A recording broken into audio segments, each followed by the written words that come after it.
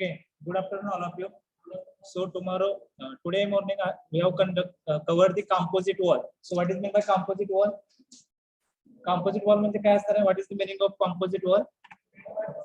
Combination of two or more materials. Okay, दोन किंवा दोनपेक्षा जास्त मटेरियल आपण कंबाईन करत असेल तर त्याला काय म्हटलं जाणार आहे? Composite wall. Okay, so we have derived the equation for the rate of heat transfer for the composite wall. Okay, so we have written the equation for the plate A, plate B, and plate C. So from that equation, we have written the equations for the T1 minus T2, T2 minus T3, and T3 minus T4.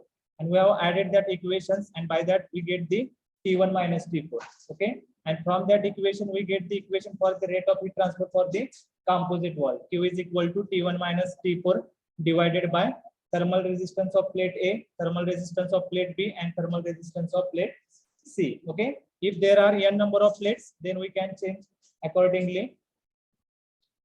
Okay, n number जर plates असतील तर कसं लिहिणार आहे equation? Q is equal to T1 minus Tn plus 1 divided by summation of L by K from 1 to n.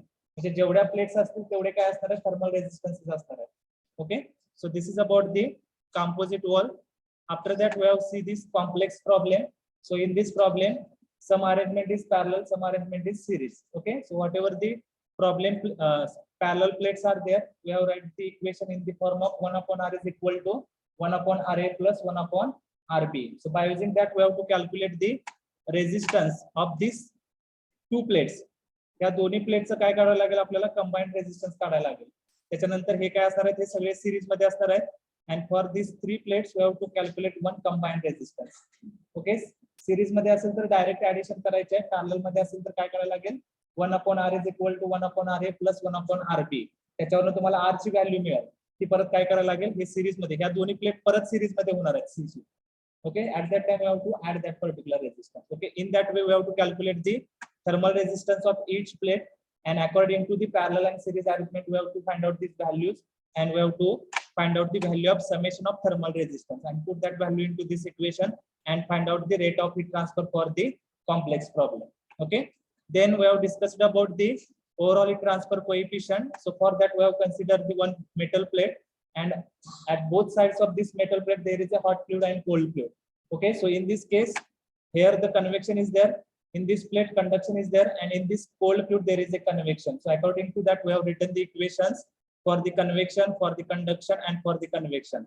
Okay, and by using that equation we have written the equations for the temperature difference, and we have added these equations, and by adding this equation we get the equation as a Q is equal to A into THF minus TCF divided by this value. Okay, so instead of that remaining factor we have written the U, and that U is nothing but overall heat transfer coefficient. So whatever the definition we have written for the overall heat transfer coefficient, as per the definition, U is nothing but rate of heat transfer per unit area per unit temperature difference. Okay, so instead of this term, okay, instead of this term here one value is there, so instead of that we have written the U. So that's why U is equal to what? U is equal to 1 divided by 1 upon HHF plus L by K plus 1 upon SCF, and this is nothing but overall heat transfer coefficient. म्हणजे ज्यावेळेला एकच convection नुसतं असतं त्यावेळेला आपण काय म्हणतो? Q is equal to H into A into delta T. पण इथं काय या केस मध्ये there is a convection, there is a conduction, and there is a convection. So instead of these three modes we have converted as a overall heat transfer coefficient. म्हणजे H घेऊ शकत नाही आपण तिथं. H कधी घेणार आहे? फक्त कन्व्हेक्शन असेल तर. पण इथं काय आहे? कन्व्हेक्शन पण आहे, परत कंडक्शन आहे, परत कन्व्हेक्शन आहे. So instead of that we have written the overall heat transfer coefficient. जर नुसतं कन्व्हेक्शन असतं तर इथं काय आलं असतं? H आलं असतं. पण इथं काय आहे? कंडक्शन पण आहे, कन्व्हेक्शन पण आहे. So that's why we have converted that value into overall heat transfer coefficient. And how to calculate that overall heat transfer coefficient? So what is the equation for that? U is equal to 1 divided by 1 upon HHF plus L by K plus 1 upon HCF. Okay, so this is about the overall heat transfer coefficient. Now we have to discuss, or we have to solve some problems related to the plain wall and composite wall. Okay, so write down first problem. Write down a reactor's wall. A reactor's wall. A reactor's wall. A reactor's wall 320 mm thick. A reactor's wall 320 mm thick. 320 mm thick is made up of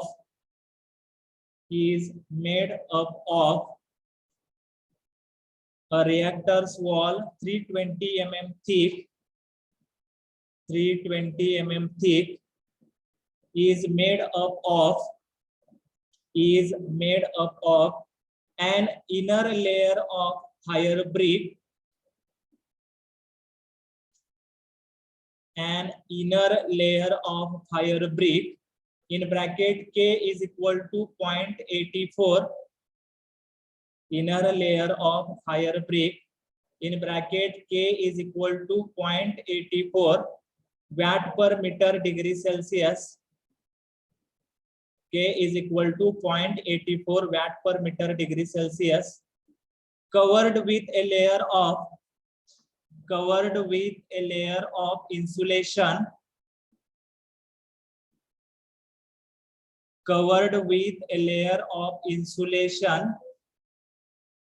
in bracket thermal conductivity K is equal to 0.16 watt per meter degree Celsius, covered with a layer of insulation, in bracket K is equal to 0.16 watt per meter degree Celsius,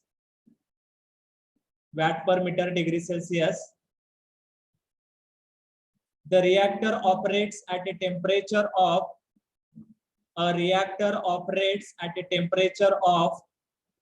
1325 degrees Celsius. The reactor operates at a temperature of 1325 degrees Celsius and the ambient temperature is 25 degrees Celsius. And the ambient temperature is 25 degrees Celsius. Ambient temperature is 25 degrees Celsius. Full stop. Next line. Determine the thickness of fire brick and insulation. Determine the thickness of fire brick and insulation. Determine the thickness of fire brick and insulation. Second, calculate the heat loss. When the insulating material has a maximum temperature of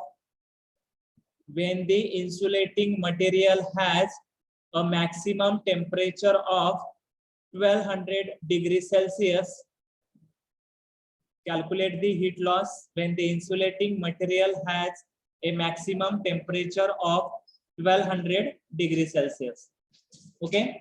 So first of all of you read this problem carefully and understand what things are given. Okay. And according to that, we have to use the different formulas and find out whatever the things we have to calculate. Okay. So read that problem. A reactor wall. म्हणजे एक reactor आहे त्याची wall आहे. Okay. Wall 320 mm thick. म्हणजे एक भिंत आहे त्या भिंतीचा thickness दिलेला आहे. What is the thickness? 320 mm. Is made up of inner layer of fire brick. म्हणजे जी काही wall आहे त्याच्यामध्ये दोन layers आहेत. Inner layer जो आहे तो काय आहे तर fire brick आहे and covered with a layer of insulation. म्हणजे एक wall आहे त्याच्यामध्ये थोडा जो पार्ट असणार आहे तो काय असणार आहे inner layer. It is nothing but fire brick and whatever the remaining part is there in that insulation is there. समजतंय बघा म्हणजे आतमध्ये काय असणार आहे heat produce होणार आहे. Okay, so whatever the wall is there that is inner layer of fire brick and outer layer is that is insulation. म्हणजे एकाच wall मध्ये काय असणार आहे fire brick आणि insulation असणार आहे. Okay, so whatever the inner layer is there, inner layer of fire brick having thermal conductivity is 0.84. Okay, so we have to consider the two layers, layer 1 as a and layer 2 as a B.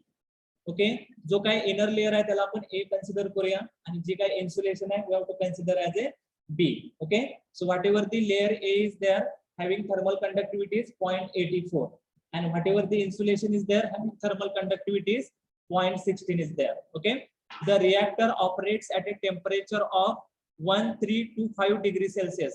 So कुठलं temperature असणार आहे 1325 degree Celsius. Reactor operates म्हणजे जी काय wall असणार आहे आतलं temperature किती असणार आहे 1325 म्हणजे वॉलचं आतलं टेम्परेचर.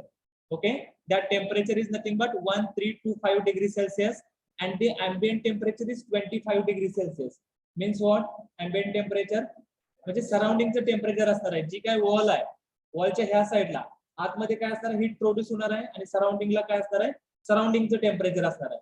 सराउंडिंगचं टेम्परेचर म्हणजे त्या वॉलला टेम्परेचर असणार आहे. म्हणजे कुठलं टेम्परेचर असेल ते वॉलचं टेम्परेचर असणार आहे. म्हणजे inner layer suppose we have to consider the inner layer as a T1. Okay, and there are two layers are there, inner layer and insulation. So in between that there is a T2 and surrounding ला जे असणार आहे ते काय असणार आहे T3 असणार आहे. Okay, so what is the value of T1? 1325 degrees Celsius is nothing but T1, then 25 is nothing but T3. Okay, so our aim is to calculate determine the thickness of fire brick and insulation. म्हणजे जी काय wall आहे total वॉलचा thickness आपल्याला माहिती आहे 320 mm, पण त्याच्यामध्ये जी काय inner layer आहे त्याचा थिकनेस किती असणार आहे आणि इन्सुलेशन किती इन्सुलेशन जे आहे त्याचा थिकनेस किती असणार हे आपल्याला कॅल्क्युलेट करायचं आहे. And in second we have to calculate the heat loss when the insulating material has maximum temperature of 1200 degree Celsius. म्हणजे जे काही इन्सुलेटिंग मटेरियल आहे म्हणजे इनर लेयर आणि इन्सुलेटिंग मटेरियल याच्या मधला जो लेयर आहे त्याचं टेम्परेचर काय असणार आहे 1200 डिग्री सेल्सिअस असणार आहे. त्यावेळेला हीट लॉस किती होणार आहे ते फाइंड आउट करायचं आहे. Okay, so first of all write down the given things and according to this given information we have to draw the diagram. Okay, so draw this diagram. Okay, so plate A is nothing but inner layer and plate B is nothing but insulation. Plate A म्हणजे काय तर ही fire brick आहे. Okay, and plate B म्हणजे काय तर insulation आहे. Plate A ला आपण काय नाव दिलेलं आहे फायर ब्रिकला आपण काय नाव दिलेलं आहे प्लेट A आणि इन्सुलेशनला काय नाव दिलेलं आहे B दिलेलं आहे. Okay, so inner layer temperature is T1, interface temperature is T2 and surrounding temperature is nothing but T3. Okay, so whatever the fire brick is there having thickness is LA and whatever the insulation is there having thickness is LB and total thickness of the wall is given, that is 320 mm. Wall चा total thickness आपल्याला दिलेला आहे. What is the total thickness of the wall? That is 320 mm. Okay, so from this diagram we have to write down the given things. Okay, so means T1 is equal to what? T1 is 1325 degrees Celsius, then T3 is equal to 25 degrees Celsius, then thermal conductivity of fire brick is given 0.84 watt per meter degree Celsius, then thermal conductivity of insulation is given 0.16 watt per meter degree Celsius, then thickness of the wall is given, means it is a LA plus LB. Okay, plate A and plate B दोन्हीचा thickness किती आहे 320 आहे. So LA plus LB is equal to 320 mm. So we have to convert that mm into meter. So that is nothing but 0.32 meter. Okay. So from this equation we have written the LB is equal to what? 0.32 minus LA. And in the next second statement they have given the value of T2, that is 1200 degrees Celsius. T2 is given, that is 1200 degrees Celsius. So our aim is to calculate the value of LA, value of LB, and then we have to calculate the rate of heat loss, that is Q. Okay, so can anyone tell me how to calculate the value of LA and LB? कशी calculate केली पाहिजे? आता मी इथे equation लिहिलेले आहेत. Okay, आता suppose we have to consider the Q amount of heat is coming into this particular composite wall. आता हे काय तर it is nothing but composite wall. दोन किंवा दोन पेक्षा जास्त प्लेट आपण कंबाईन करत असेल तर त्याला आपण काय म्हणतोय composite wall म्हणतोय. Okay, so Q amount of heat is conducted into the element, then same amount of heat is conducted out from the element. Okay, so from that what is the equation for this composite wall? Q चे equation काय असते सांगा. आता दोन plate आहेत, काय equation आहे? What is the equation for the composite wall? Q is equal to what सांगा? T1 minus T3 divided by thermal resistance of plate A plus thermal resistance of plate B. Okay, what is the thermal resistance of plate A? That is LA divided by K into A plus what is the thermal resistance of plate B, that is LB divided by KB into A.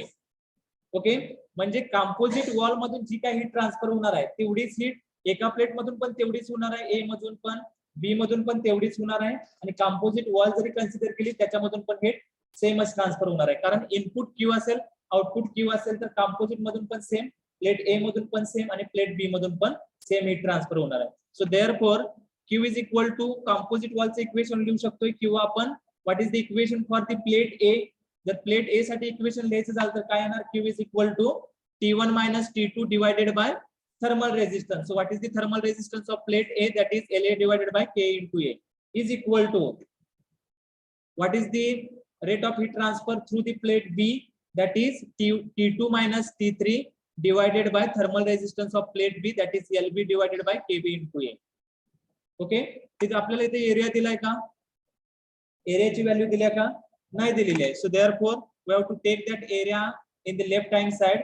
So according to that we have written the equation as a Q by A is equal to T1 minus T3 divided by LA by K plus LB by KB is equal to T1 minus T2 divided by LA by K is equal to T2 minus T3 divided by LB by KB. आता हे equation use करून LA आणि LB कसा find out करायचा सांगा बरं. How to calculate the value of LA and LB. आपल्याकडे कुठल्या व्हॅल्यूज आहेत बघा आणि कशा प्रकारे तुम्ही LA आणि LB फाइंड आउट करू शकता. आता suppose we have to consider these two equations only. हा Q by A सोडून द्या, हे दोन इक्वेशन कन्सिडर करा. T1 माहिती आहे का, T3 माहिती आहे का, T1 माहिती आहे का, T2 माहिती आहे का. Okay, so only unknown thing is LA and LB. Okay, so instead of LB we can write 0.32 minus LA. LB च्या जागेला आपण काय घेणार आहे, 0.32 मायनस LA घेणार आहे. So only unknown is LA. समजलं का बघा, म्हणजे हे दोन इक्वेशन यूज करा, use these two equations and in this equation we have to put the value of T1, T2, T3. Then instead of LB you have to put the 0.32 minus LA. Then K is given, KB is given, K is given, only unknown value is LA. Okay, so first of all you have to use these two equations and by using these two equations find out the value of LA. समजलं का बघा, कुठली दोन equation तुम्ही equate करू शकता, लक्षात ठेवा, कारण क्यू हे सेमच आहे तिन्ही याच्यासाठी. कंपोजिट कन्सिडर केलं, if we are considering the plane wall A, if we are considering the plane wall B, then rate of heat transfer is same. So therefore we can use any equation and find out the value of LA. Okay, so कुठले equation use केला, जर तुम्ही हे equation use करायचं म्हटलं हे आणि हे, तर काय घ्यावं लागेल तुम्हाला इथं, ते पण करू शकता, काहीच प्रॉब्लेम नाही, कुठलेही घ्या.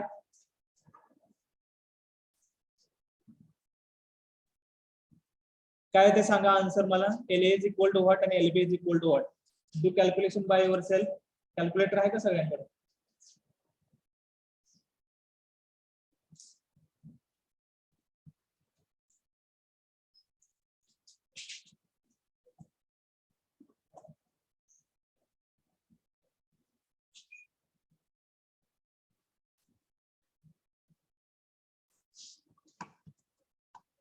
समजलं का बघा सगळ्यांना.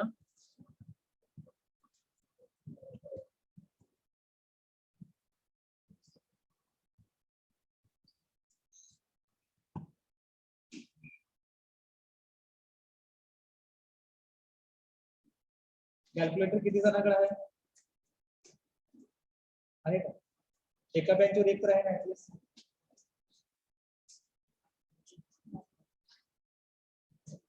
सांगा बरं LA ची व्हॅल्यू काय येते. Find the value of LA and from that LA we can calculate the value of LB. A म्हणजे काय असणार आहे, फायर ब्रिकचा थिकनेस असणार आहे, आणि LB म्हणजे काय असणार आहे, इन्सुलेशनचा थिकनेस असणार आहे.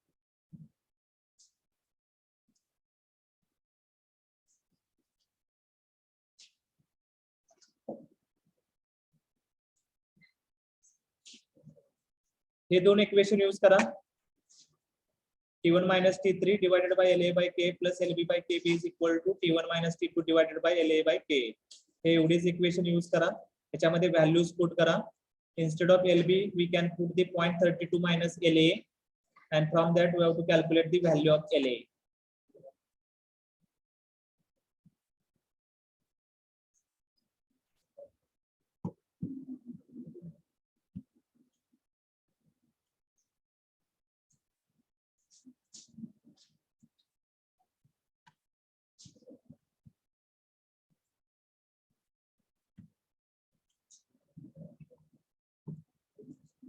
Anyone got the value of LA?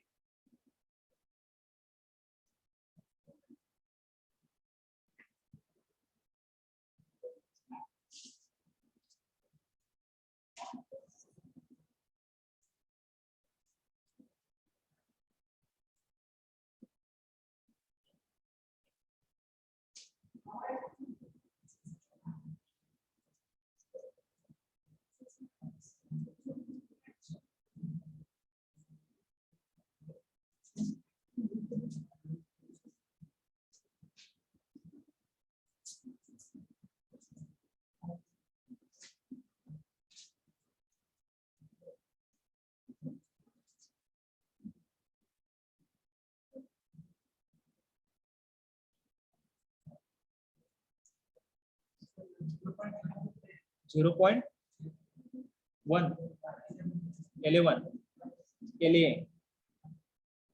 Okay, 0.11 is nothing but 110 mm. Okay, सगळ्यांचं सेम येते का बघा. What is the value of LA? MM मध्ये सांगा मला आन्सर. आता LA तुमचा 320 mm पेक्षा जास्त होऊ शकतोय का? एखाद्या वेळेला तुमचं कॅल्क्युलेशन जर चुकलं आणि समजा 400 mm आलं तर पॉसिबल आहे का ते? कारण टोटल वॉलचा जो थिकनेस आहे तो 320 mm आहे. त्याच्यापेक्षा हा LA आणि LB कमीच यायला पाहिजे. समजा कॅल्क्युलेशन मध्ये काय तर तुमची मिस्टेक झाली आणि तुम्हाला त्याच्यापेक्षा जास्त आन्सर मिळाला तर तुम्हाला समजायला पाहिजे की आन्सर रॉंग आहे. What is the value of LA? 0.273 म्हणजे 273 mm LA.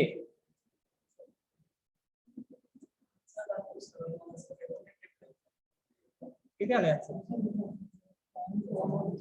0.11.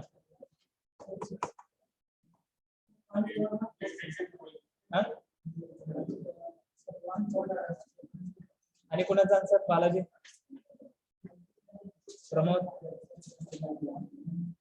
शुभम आलं ना? एवढं काय तुम्हाला कॅल्क्युलेशन मध्ये अवघड आहे?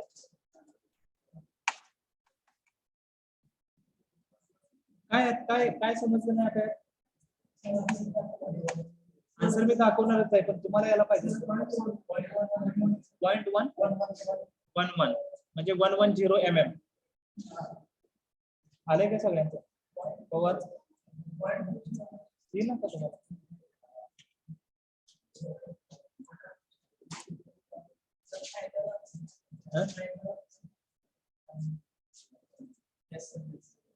0.114 मीटर आहे. 114.6 mm असंच येते का बघा?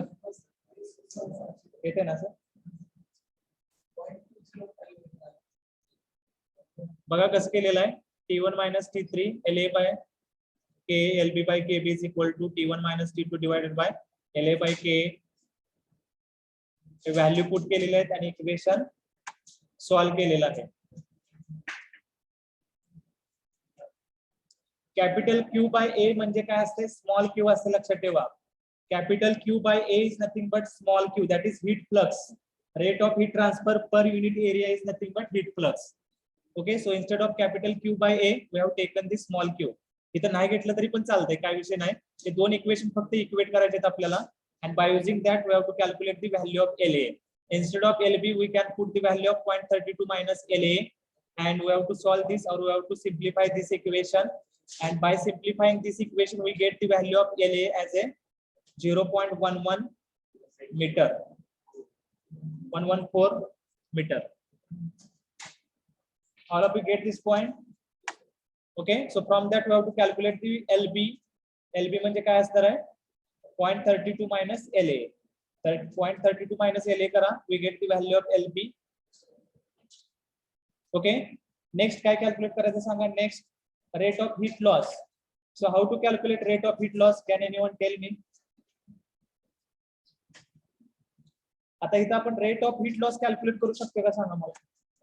इथं आपल्याला एरिया दिलेला नाही, म्हणजे आपल्याला काय कॅल्क्युलेट करू शकतो आपण? Rate of heat loss per unit area calculate करू शकतो. पर युनिट एरिया किती हीट लॉस होत आहे हे कॅल्क्युलेट करू शकतो. एरिया दिला असता तर आपण rate of heat loss calculate करू शकलो असतो, पण इथं आपल्याला काय मिळणार आहे? स्मॉल क्यू मिळणार आहे. Small Q is nothing but capital Q by A. because A is unknown to us, that value is not given to us, so that's why we have to calculate the value of Q by A, capital Q by A find out करायचं आहे. तर तुम्ही ह्यातलं कुठलेही equation use करू शकताय. समजतंय बघा, ह्यातलं कुठलेही इक्वेशन यूज करा. Q by A is equal to हे इक्वेशन यूज करा, किंवा Q by A is equal to हे यूज करा, किंवा Q by A is equal to हे यूज करा. कुठलेही यूज केलं तर तुम्हाला काय मिळणार आहे, सेम व्हॅल्यू मिळणार आहे. ओके, कुठलेही इक्वेशन यूज करा जे तुम्हाला सोपं वाटतंय, कारण जी काही हीट लॉस होणार आहे प्रत्येक प्लेट मधून पण सेम आहे, आणि कंपोजिट वॉल मध्ये पण तीच हीट असणार आहे. That's why we have written this equation. We can use any equation and find out the value of rate of heat loss. काय ते आन्सर सांगा, रेट ऑफ हीट लॉस.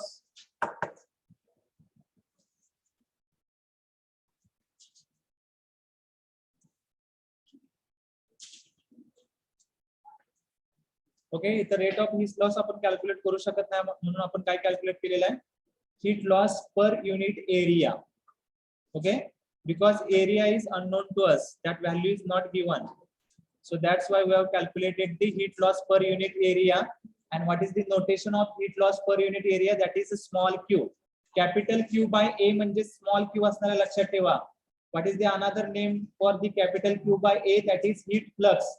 वाटलं तर वरती लिहून ठेवा, heat flux is equal to capital Q by A and it is denoted by small q. Okay, कुठलेही equation तुम्ही यूज करू शकताय, कुठल्याही इक्वेशन तुम्हाला हेच आन्सर मिळणार आहे. Heat loss per unit area is equal to 916.23 watt per metre square. Okay, unit बरोबर आहे का सांगा. Rate of heat loss unit काय असतं, वॅट असतं. इथं पर युनिट एरिया घेतलेला, त्यामुळे watt per metre square. Answer correct आले का बघा, हेच येते ना. समजलं का सगळ्यांना, कुणाला समजलं नाही असं काय. तिथे लक्षात ठेवा, प्लेन वॉल कंपोजिट वॉल असेल त्याच्यासाठी जो काय रेट ऑफ हीट ट्रान्सफर आहे तेवढीच हीट त्या प्लेट ए मधून पण ट्रान्सफर होत असते आणि प्लेट बी मधून पण ट्रान्सफर होत असते. ओके, झाले सगळ्यांचं एवढं.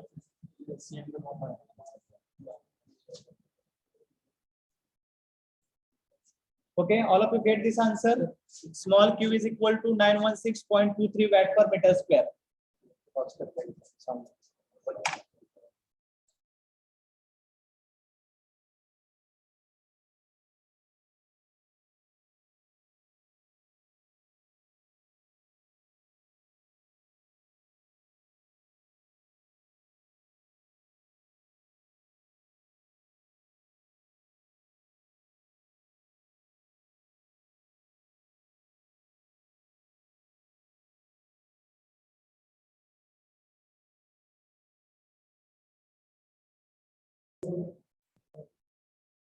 Okay, झाले सगळ्यांचं.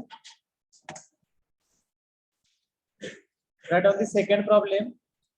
Write down. Calculate the rate of heat flow per meter square. Calculate the rate of heat flow. Calculate the rate of heat flow per meter square. Calculate the rate of heat flow per meter square through a furnace wall. Calculate the rate of heat flow per meter square through a furnace wall. Through a furnace wall consisting of. Through a furnace wall consisting of 200 mm thick inner layer. Through a furnace wall consisting of 200 mm thick inner layer of chrome brick. 200 mm thick inner layer of chrome brick. Chrome brick, comma, a center layer of kaolin brick. A center layer of. A center layer of kaolin brick. A center layer of kaolin brick 100 mm thick. Center layer of kaolin brick 100 mm thick. 100 mm thick and an outer layer of. and an outer layer of masonry brick and an outer layer of masonry brick 100 mm. So these are the types of the brick: chrome brick, then kaolin brick, and masonry brick. 100 mm thick, 100 mm thick, full stop. The unit surface conductance at the inner surface is the unit surface conductance at the inner surface is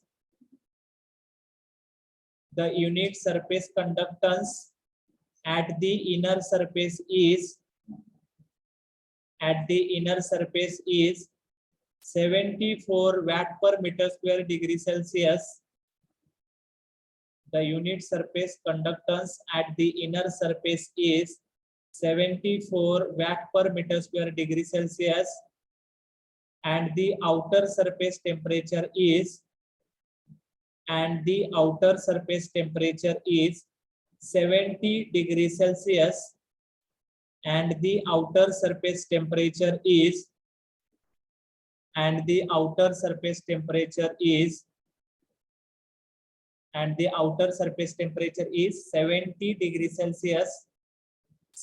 degrees Celsius, full stop. The temperature of the gases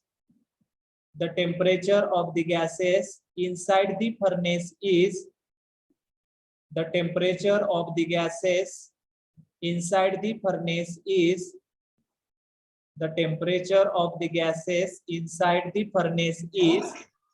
1670 degrees Celsius.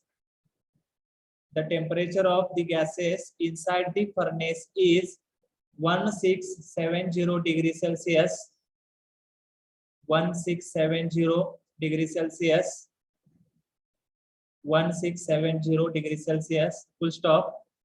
What temperature prevail at the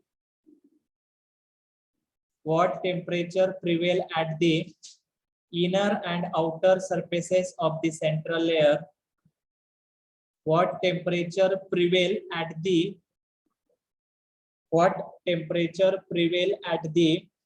inner and outer surfaces of the center layer?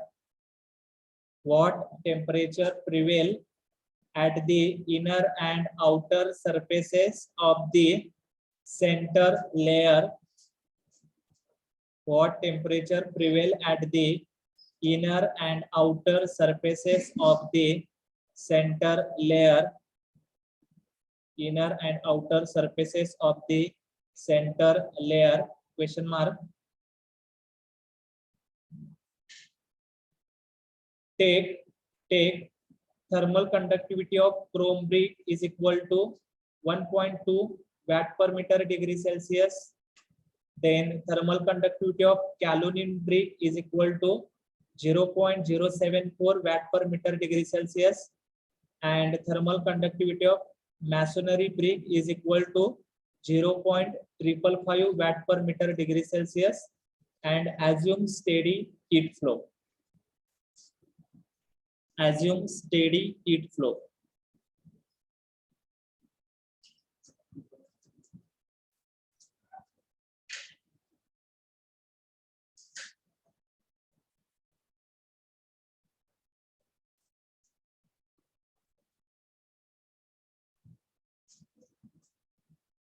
Okay, so whatever the information is given in the problem, according to that we have to draw one diagram. Okay, म्हणजे किती layer आहेत, okay, त्याच्यामध्ये काय काय असणार आहे, कुठलं temperature काय दिलेलं आहे. Okay, so in that way we have to draw the diagram, then write down the given things. Okay, so first of all of you read the problem carefully. Calculate the rate of heat flow per meter square through a furnace wall. म्हणजे आपल्याला काय calculate करायचं आहे, capital Q by A. Okay, तर हे पहिला find out करायचं आहे. Through a furnace wall consisting of 200 mm thick, म्हणजे एक फर्नेसची वॉल आपल्याला दिलेली आहे. The furnace wall is there, it consist of 200 mm thick inner layer म्हणजे एक वॉल आहे त्याच्यामध्ये 3 लेअर असणार आहेत. Okay, so first layer is 200 mm thick and chrome brick is there. जी काय वॉल आहे त्याच्यामध्ये कसली ब्रिक असणार आहे? क्रोम ब्रिक असणार आहे. त्याच्यानंतर सेंट्रल लेअर आहे kaolin brick having thickness is 100 mm.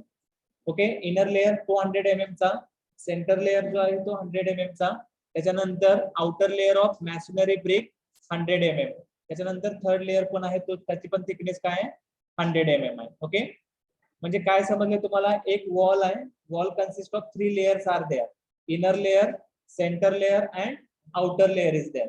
Inner layer having thickness is 200 mm, centre layer having thickness is 100 mm and outer layer having thickness is 100 mm. हे जे काही तिन्ही लेयर्स आहेत त्या तिन्ही लेयरची थर्मल कंडक्टिव्हिटी आपल्याला इथं दिलेली आहे. Thermal conductivity of chrome brick, thermal conductivity of kaolin brick and thermal conductivity of masonry brick. म्हणजे LA दिलेला आहे, LB दिलेला आहे, LC दिलेला आहे. Then K is given, KB is given and KC is given. एवढं तर समजलं सगळ्यांना? Then the unit surface conductance at the inner surface is 74 watt per metre square degree Celsius. याचा अर्थ काय सांगा? कशाचं unit watt per metre square degree Celsius असते?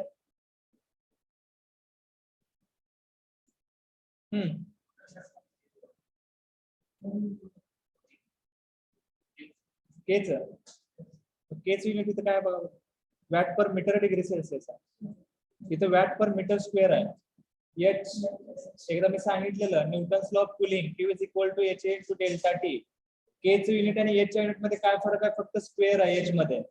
ओके, म्हणजे हा जो आहे 74 watt per metre square degree Celsius हा काय असणार आहे?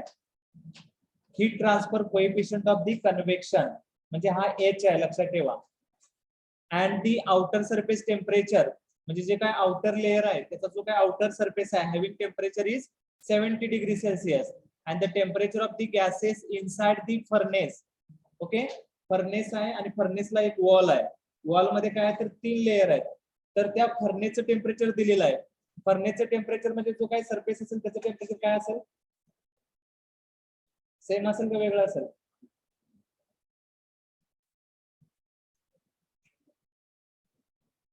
काय दिले बघा? The temperature of the gases inside the furnace, म्हणजे जे काही फर्नेस मध्ये गॅसेस असणार आहेत त्याचं टेम्परेचर दिलेलं आहे. वॉलचं आणि गॅसेसचं टेम्परेचर सेम असणार का?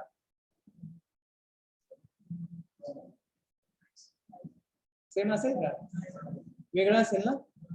तर बघा डायग्राम काय केलेलं आहे. तर हे जे टेम्परेचर आहे ते कसलं असणार आहे? गॅसेसचं टेम्परेचर असणार आहे. ही वॉल आहे आपली. वॉल मध्ये काय आहे तर 3 लेयर्स आहेत. पहिला जो लेयर आहे having thickness is 200 mm, second layer or centre layer having thickness is 100 mm and third layer having or outer layer having thickness is 100 mm. Okay, so inside मध्ये काय आहे तर फर्नेस आहे, इथं काय असणार आहे तर गॅस असणार आहे. ओके, हॅव्हिंग टेम्परेचर इज 1670, म्हणजे ह्या गॅसचं टेम्परेचर दिलेलं आहे. ओके, त्याच्यानंतर हीट ट्रान्सफर कोएफिशियंट दिलेलं आहे. Whatever the gas is there having convection असेल तर तिथं आपल्याला हीट ट्रान्सफर कोएफिशियंट दिलेलाच असतो या. Okay, so HHF is given 74 watt per metre square degree Celsius. समजतंय बघा? So in that way we have to draw the diagram. 3 layers are there. Inside gas is there having temperature is THF, having convective heat transfer coefficient is HHF. Okay, so whatever the layers are there we have to consider as a layer, B layer and C layer. Okay, whatever the temperatures are there for A layer we have to consider the T1 T2, for B layer we have to consider the T2 T3 and for the C layer we have to consider the T3 T4. Okay, and whatever the layer A is there having thickness is LA, whatever the layer B is there having thickness is LB, and whatever the layer C is there having thickness is LC. So by drawing this diagram we have to write down the given things. आता LA काय असणार आहे 200 mm आहे, LB काय आहे 100 mm आहे, LC काय आहे 100 mm आहे, KB KC पण दिलेला आहे, HHF दिलेला आहे, THF दिलेला आहे आणि आउटसाइडचं टेम्परेचर दिलेलं आहे. आउटसाइडचं टेम्परेचर म्हणजे काय असणार आहे सांगा? What is the outside temperature? म्हणजे ह्या सरफेसचं टेम्परेचर, मग that is nothing but 70 degree Celsius. Okay, so all of you draw this diagram and according to this diagram write down the given things.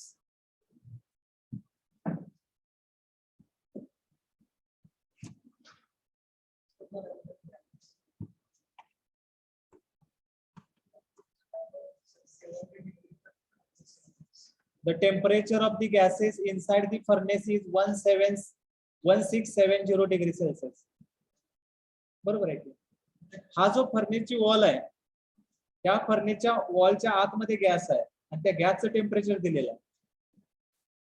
आणि त्याच्यानंतर काय सांगितलेलं आहे, what temperature prevail at the inner and outer surfaces of the centre layer. आता centre layer कुठला आहे? B is nothing but centre layer.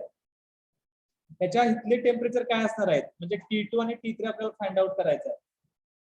Find out the value of T2 and T3. Okay, what temperature fuel at the inner and outer surface of the centre layer. Centre लेअरचा inner surface म्हणजे काय झाला, हा झाला. Centre लेअरचा outer surface म्हणजे हा झाला. म्हणजे आपल्याला T2 आणि T3 फाइंड आउट करायचा आहे अँड Q फाइंड आउट करायचा आहे. Okay, so all of you draw this diagram and write down the given things. So can anyone tell me how to calculate these values? Q कसा find out करायचा, त्याच्यानंतर T2 कसा find out करायचा आणि T3 कसा find out करायचा.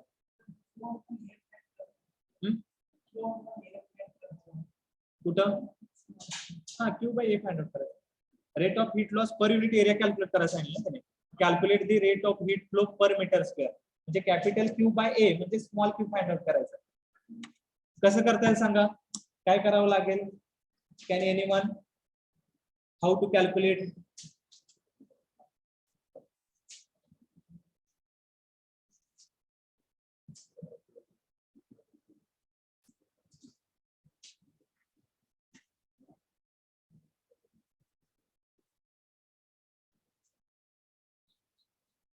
कोण सांगू शकतंय का? खडकेच ना, काय करता येईल? तुम्हाला कन्सेप्ट समजला असेल तर याच्यामध्ये काहीच नाही.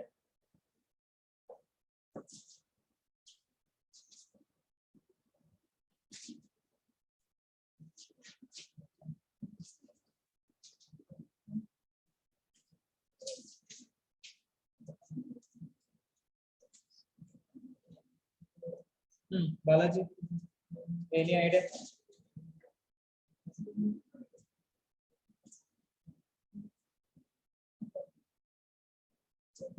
आपल्याला इथं टेम्परेचरच्या कुठल्या कुठल्या व्हॅल्यूज दिलेल्या आहेत? THF and T4. असं कुठलं इक्वेशन आहे त्याच्यामध्ये ह्या दोन व्हॅल्यू येऊ शकतील?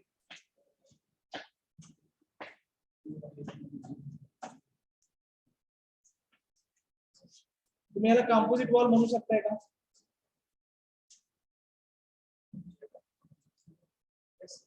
म्हणू शकतो ना, काय अडचण आहे? इथे तीन जे आहेत, तीन याच्यामध्ये कुठला मोड असणार आहे? कंडक्शन असणार आहे. आणि लेफ्ट हँड साइडला गॅस आहे, म्हणजे तिथे काय असणार आहे? कन्व्हेक्शन असणार आहे. So according to that we have to write down the equation. म्हणजे Q इज इक्वल टू काय येणार आहे सांगा? आपण टेम्परेचर डिफरन्स हा कुठला घेतोय? पूर्ण टेम्परेचर डिफरन्स घेणार आहे, म्हणजे THF मायनस T4. त्याच्यामध्ये जे काय येणार आहे त्याचा थर्मल रेजिस्टन्स आपल्याला डिनॉमिनेटरला घ्यायचा आहे. म्हणजे कन्व्हेक्शनचा थर्मल रेजिस्टन्स काय असेल? What is the thermal resistance for the convection? What is the standard formula for the thermal resistance of convection? Conduction चा नाही, convection चा. I am asking about the convection. 1 upon HHF into A. बरोबर आहे का? Plus what is the thermal resistance of the plate A? 1 upon कसा असेल? LA upon K into A. Okay, plus plate B चा LB upon KB into A plus plate C चा LC upon KC into A. आता इथे area same आहे सगळ्या, समजते का बघा? त्यामुळे एरिया आपण लेफ्ट हँड साइडला घेणार आहे, म्हणजे capital Q by A left hand साइडला झालं. आणि what is the equation at the right hand side? THF minus T4 divided by 1 upon HHF plus LA by KA plus LB by KB plus LC by KC. Okay, आपल्याला सगळ्या value माहिती आहेत का बघा? 1 upon HHF माहिती आहे, LA माहिती आहे, KA माहिती आहे, LB माहिती आहे, KB माहिती आहे, LC माहिती आहे, KC माहिती आहे. So from that we can calculate the value of heat loss per unit area Q by A. समजते का बघा? तुमच्या लक्षात यायला पाहिजे की इथं आपल्याला फक्त आउटरची टेम्परेचर दिलेलं आहे. So at that time we have to use the equation of the common equation use करायचं. कुठले तुम्हाला प्लेन वॉल दिलं, कंपोजिट वॉल दिलं, काही दिलेलं असू द्या, Q is equal to temperature difference divided by summation of thermal resistance असं लिहायचं डायरेक्ट. मग तिथे सिंगल प्लेट असू द्या नाहीतर मल्टी प्लेट असू द्या. सिंगल प्लेट असेल तर काय येणार आहे, Q is equal to T1 minus T2 divided by LA by K into A. जर तिथे 4 प्लेट असतील तर 4 रेझिस्टन्सची इक्वेशन येते.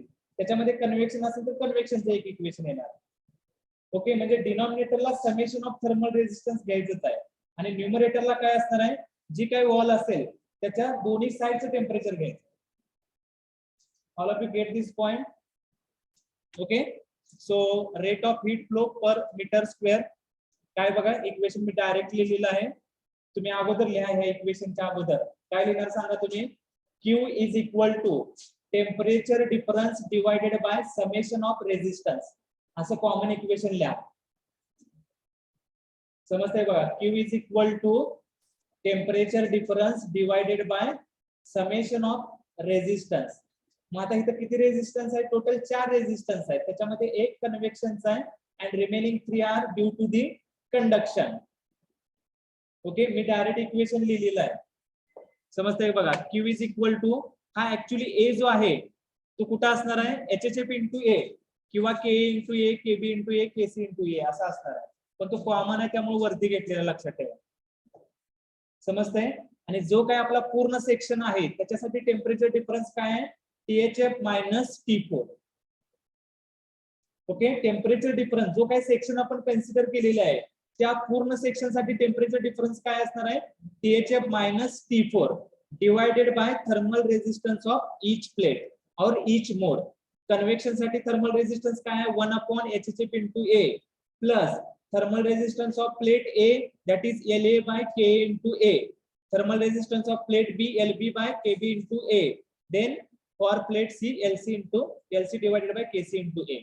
हा A जो असणार आहे तो डिनॉमिनेटरला आहे, तो कॉमन असल्यामुळे तो वरती घेतलाय. समजतंय का बघा, इक्वेशन कुठनं आलं ते इक्वेशन अगोदर लिहा. मी डायरेक्ट लिहिलेलं आहे, तुम्हाला समजत असेल तर तुम्ही डायरेक्ट लिहिलं तरी पण चालेल.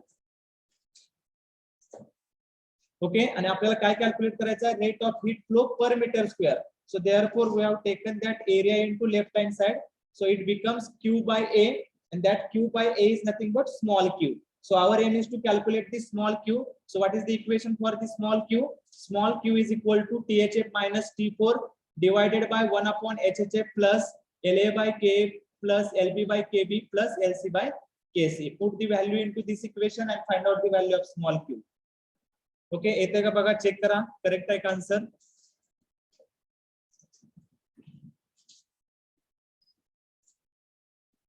समजले का बघा, सिंपल इक्वेशन आहे. Q is equal to temperature difference divided by summation of thermal resistance. खाली काय करायचं आहे, जेवढे काय रेजिस्टन्स असतील त्या रेजिस्टन्सची सम करायचे आहे. आता इथं समजा ही जी प्लेट आहे ह्या साईडला जर इथं गॅस असता तर काय झालं असतं, इक्वेशन मध्ये चेंज, आणखी एक कन्व्हेक्शनचा रेजिस्टन्स ऍड झाला असता. म्हणजे इथं जे 1/HHF जसं आपण लेफ्ट हँड साईडला घेतले तसं इथं काय आलं असतं 1/HCl. ओके, म्हणजे जेवढे काही रेजिस्टन्स आहेत तेवढे इक्वेशन फक्त आपल्याला घ्यायचे आहेत.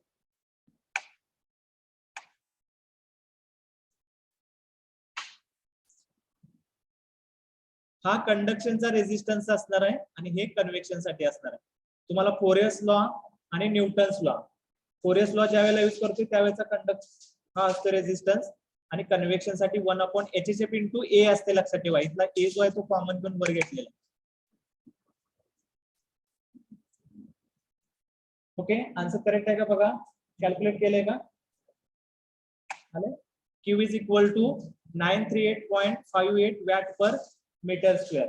नेक्स्ट काय फाइंड आउट करायचं सांगा,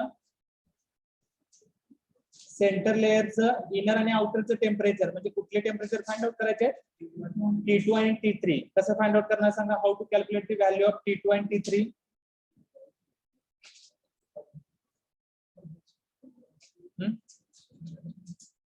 कंडक्शनचे इक्वेशन, कुठले इक्वेशन यूज करणार. आता तुम्ही काय केलंय, पूर्ण कंपोजिट साठी एक इक्वेशन वापरले, तुम्ही सेपरेट साठी पण एक एक इक्वेशन यूज करू शकता.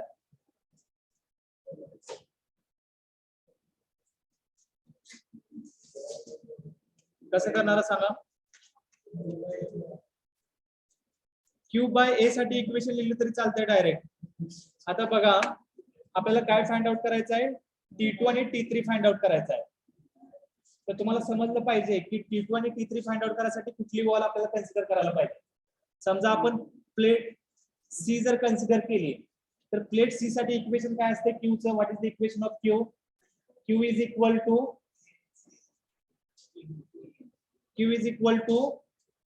KC into A into T3 minus T4 divided by LC. Okay, ह्याच्यामध्ये अननोन काय आहे? KC माहिती आहे आपल्याला, LC माहिती आहे. ओके, T3 T4 मधला T3 माहित नाही आपल्याला, जो काढायचा आहे. तर आपल्याला स्मॉल क्यू पण माहिती आहे, आपण ऑलरेडी कॅल्क्युलेट केलंय आता स्मॉल क्यू. ओके, म्हणजे कॅपिटल Q by A आहे. We have to convert that capital Q by A into small q. Okay, so small q we have already calculated. So only unknown thing is T3. म्हणजे तुमच्या लक्षात यायला पाहिजे की कुठली plate आपल्याला consider केली पाहिजे. ओके, जर तुम्ही प्लेट ही कन्सिडर केली तर कुठली व्हॅल्यू तुम्ही कॅल्क्युलेट करू शकता सांगा. पण इथं तुम्हाला T1 माहिती आहे का? नाही माहिती. T2 माहिती आहे का? नाही माहिती. दोन अननोन आहेत, म्हणजे ही प्लेट तुम्ही यूज करू शकत नाही. ओके, म्हणजे तुम्हाला समजलं पाहिजे की इथं आपल्याला आधी प्लेट सी कन्सिडर करावी लागेल. ओके, प्लेट सी कन्सिडर केली तर आपल्याला T4 माहिती आहे, T3 फक्त अननोन आहे. So that's why we have calculated the value of T3. Okay, तर करा कॅल्क्युलेट.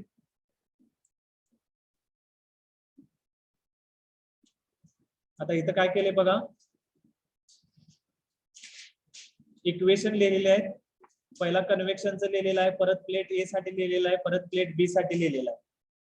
कसंही करू शकताय तुम्ही. Small Q is equal to काय असणार आहे, ह्याच्यावरनं equation THF minus T1 divided by 1 upon HHF, T1 minus T2 divided by LA by KA is equal to T2 minus T3 divided by LB by KB. Okay, म्हणजे ह्या इक्वेशनचा use करून तुम्ही काय calculate करू शकताय, T1 कॅल्क्युलेट करू शकताय. परत त्या T1 चा यूज करून परत T2 कॅल्क्युलेट केला. समजले? ह्याच्यापेक्षा सोपं काय होतंय, मी जे सांगितलंय त्याच्याप्रमाणे करा तुम्ही. अगोदर T3 काढला, T3 मिळाला तर T2 पण तुम्हाला मिळणार आहे नेक्स्ट स्टेपला. समजतंय का? बघा, ह्याच्यामध्ये स्टेप्स वाढणार आहेत तुमच्या.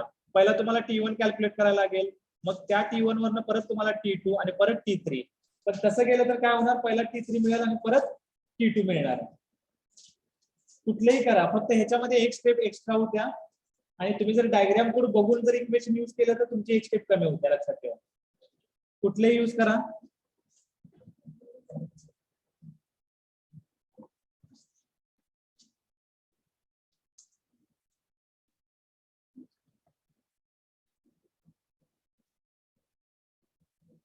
कुणी तर तसं यूज करून बघा.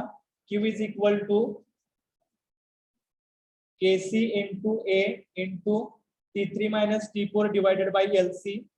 त्या इक्वेशन वरून डायरेक्ट T3 काय येतोय सांगा मला. हा, सेमच येतोय, एक आन्सर हे सेमच येणार आहे, फक्त इथं तुमची स्टेप वाढणार आहे.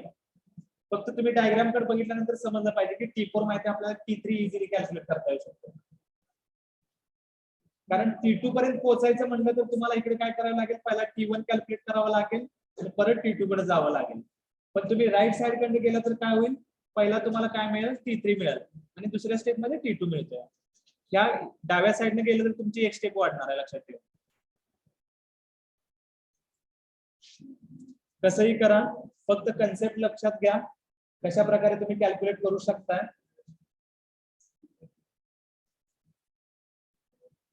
समजले का? बघा सगळ्यांना, ही प्लेट घेतली तर तुम्हाला T3 डायरेक्ट मिळतोय, पण तुम्हाला T2 फाइंड आउट करायचं असेल तर पहिला ह्याच्यासाठी इक्वेशन लिहावं लागेल आणि T1 कॅल्क्युलेट करावं लागेल.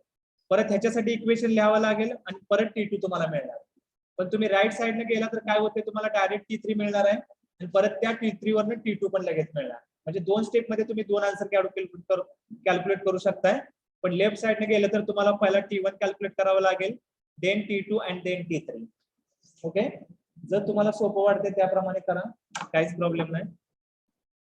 ओके, पण हे तुमच्या लक्षात यायला पाहिजे की कुठली प्लेट यूज केल्यानंतर तुम्हाला कुठलं टेम्परेचर मिळणार आहे. That is important. समजले का सगळ्यांना? खरंच समजले ना?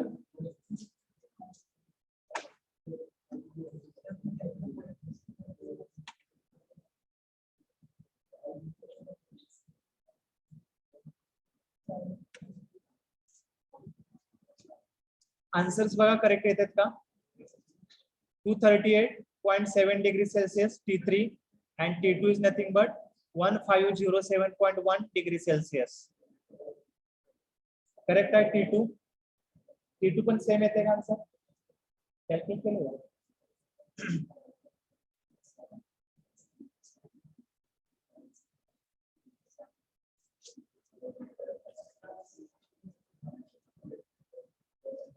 समजलंय सगळ्यांना? तुम्हाला प्रॉब्लेम बघितले की समजलं पाहिजे काय दिलंय काय नाही, काय कॅल्क्युलेट कसं करता येईल, कुठला फॉर्म्युला यूज करायला पाहिजे.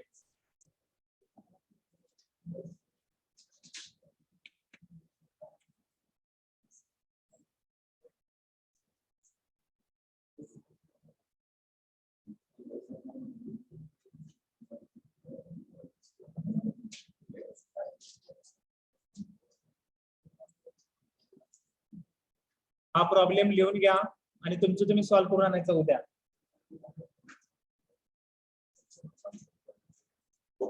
लिहून घ्या सगळ्यांनी. राईट डाऊन दिस प्रॉब्लेम. सिंपल आहे. A cold storage room has walls made up of 220 mm of brick on the outside, 90 mm of plastic foam, and finally of 16 mm of wood on the inside. The outside and inside air temperatures are 25 and -3 degrees Celsius respectively. If the inside and outside heat transfer coefficients are respectively 30 and 11. इथं काय meaning असेल सांगा बरं. इथं inside आणि outside heat transfer coefficients are given म्हणजे काय असणार आहे?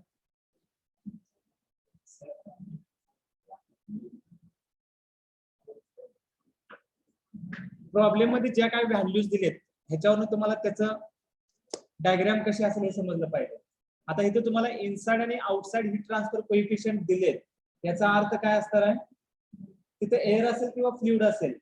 ओके, म्हणजे जी काही 3 लेयर्स आहेत त्या 3 लेयरला सोडून इनसाइडला पण एअर असणार आहे आणि आउटसाइडला पण लेअर असणार आहे. ओके, म्हणजे इनसाइडला कन्व्हेक्शन असणार, त्या 3 प्लेटमध्ये कंडक्शन असणार आहे आणि आउटसाइडला एअर असणार आहे, परत तिथं पण काय असणार आहे? कन्व्हेक्शन असणार आहे. कन्व्हेक्शन ज्या वेळेला असेल त्यावेळेस तुम्हाला हे watt per metre square degree Celsius दिलेलं असतं, लक्षात ठेवा. Heat transfer coefficient of convection ज्या वेळेला कन्व्हेक्शन असेल त्या केसमध्येच तुम्हाला हे दिलेलं असतंय. जर ह्या 2 व्हॅल्यू तुम्हाला प्रॉब्लेम मध्ये दिल्याच नसत्या तर we don't consider that convection, only we have to consider the conduction in that particular place. समजते का? बघा, जे काही व्हॅल्यूज दिलेले आहेत according to that values we have to decide whether the conduction is given or convection is given. Okay, so write down. Thermal conductivities of brick, foam and wood. हे 3 layer आहेत. ब्रिकचा एक लेयर आहे, फोमचा एक layer आहे आणि wood एक आहे. त्या सगळ्याची थर्मल कंडक्टिव्हिटी पण दिलेली आहे. आणि इथे काय चुकले सांगा मला, फक्त प्रॉब्लेम लिहिल्यावर सांगा कुठं काय चूक झाल्या का. Determine the rate of heat removed by refrigeration if the total wall area is 85 metre square. इथे एरिया दिलेला आहे. The temperature of the inside surface of the brick आपल्याला फाइंड आउट करायचं. प्रॉब्लेम लिहून झाला की सांगा कुठं मिस्टेक झाल्या.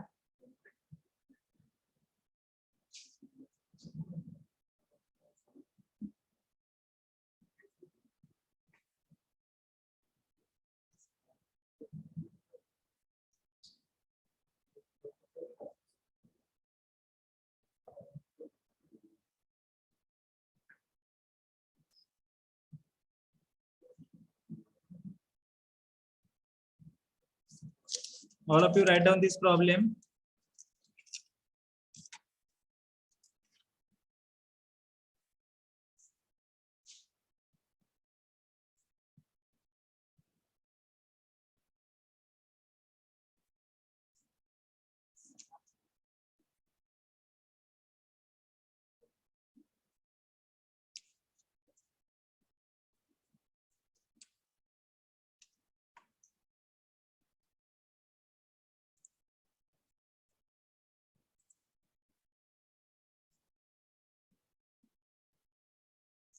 काय समजलं का? मिस्टेक कुठे आहे काय?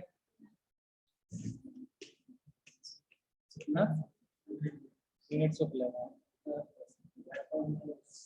Watt per metre degree Celsius पाहिजे. तेच बघायचं होतं किती जणांचं लक्ष आहे, किती जणांचं समस्या आहे. ओके, इथे युनिट चुकलेलं आहे बघा. थर्मल कंडक्टिव्हिटीचं युनिट काय असणार आहे, watt per metre degree Celsius आहे. इथं मीटर स्क्वेअर झालेलं आहे, ते मीटर स्क्वेअर घेऊ नका, इथे एवढी मिस्टेक आहे.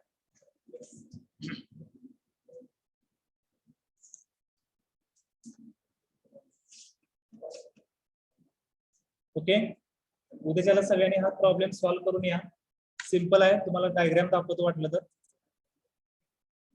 अशा प्रकारे डायग्राम असणार आहे. ब्रिक, फोम, वूड, इकडे कन्व्हेक्शन असणार आहे, ह्या साईडला कन्व्हेक्शन असणार आहे. ओके, LA, LB, LC दिलेला आहे, THF दिलेला आहे, TCF दिलेला आहे, HHF दिलेला आहे, SCF दिलेला आहे, KA, KB, KC एरिया सगळं दिलेलं आहे तुम्हाला. ओके, अशा प्रकारचे डायग्राम असणार आहे. दोन्ही साईडला इथं कन्व्हेक्शन असणार आहे आणि 3 लेअर मध्ये काय असणार आहे, कंडक्शन असणार आहे. समजलंय? प्रॉब्लेम लिहून घ्या आणि सॉल्व्ह करा तुमचं तुम्ही.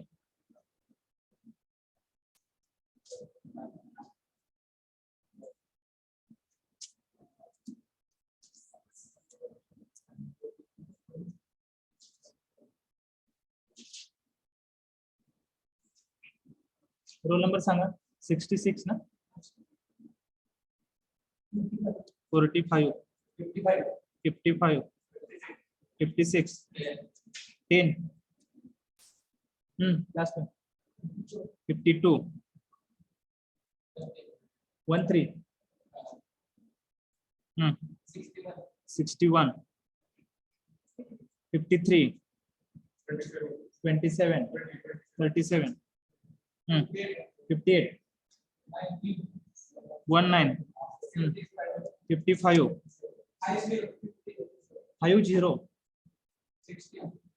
50, 60, 33. जे बाहेर गेले चौघ, त्यांचे रोल नंबर माहिती आहे तुम्हाला? 36. आणखी चौघ जण गेलेत बघा.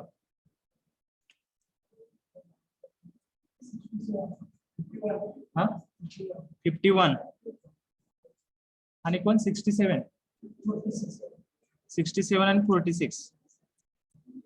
तुमचा 70 आणि 42. Okay, so all of you put your roll numbers in the chat box, those who are present online. Okay, so those who are completed the problem, they can leave the meeting.